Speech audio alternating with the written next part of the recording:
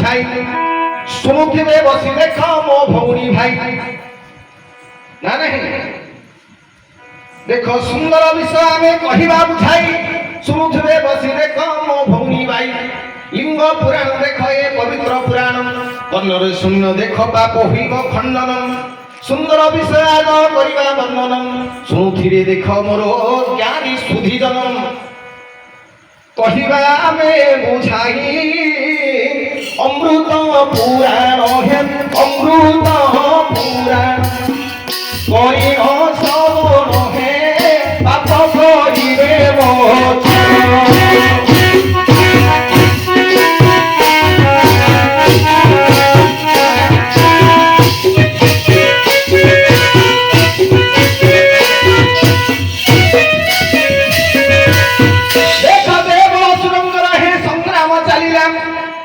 দেব এবং সুরঙ্গরা হে সংগ্রাম চালিলা। সংগ্রাম দেখ সরিবার নাম দেন নেলা। যেতে যেতে অসুর দেখ প্রতিদিন যে মরন্দি সমস্তଙ୍କୁ শুক্রাচার্য বঞ্চাই দিয়ন্তি। মৃত্যু সঞ্জীবন মন্ত্র জানিଥିଲେ দেখ অসুরঙ্গর গুরু। মৃত্যু সঞ্জীবন মন্ত্রটা জানিଥିଲେ কিଏ শুক্রাচার্য।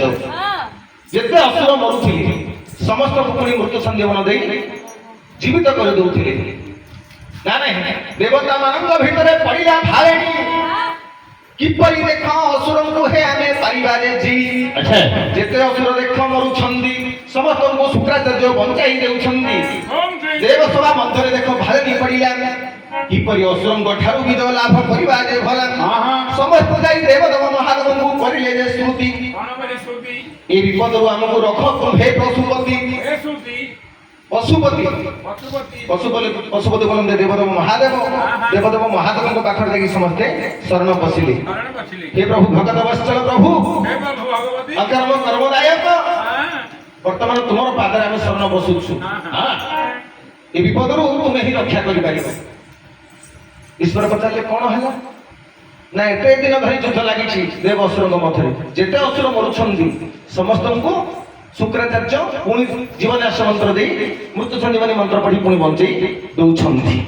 ନା ନାହିଁ ହେଲେ ମହାଦେବ କଣ କହିଲେ ନନ୍ଦୀ ଭୁଣ୍ଡିକୁ ଦେଖ ଆଦେଶ ଦେଲେ ମୋହର ବଚନ ଚାଲିଥିବେ ଚଳ ଯେ ବୋଇଲେ ମୋହର ବଚନ ଘେନି ଏଠାରୁ ଚାଲିବ ଦୈତ ଗୁରୁକୁ ଦେଖ ଟାଣି ଯେ ଆଣିବ।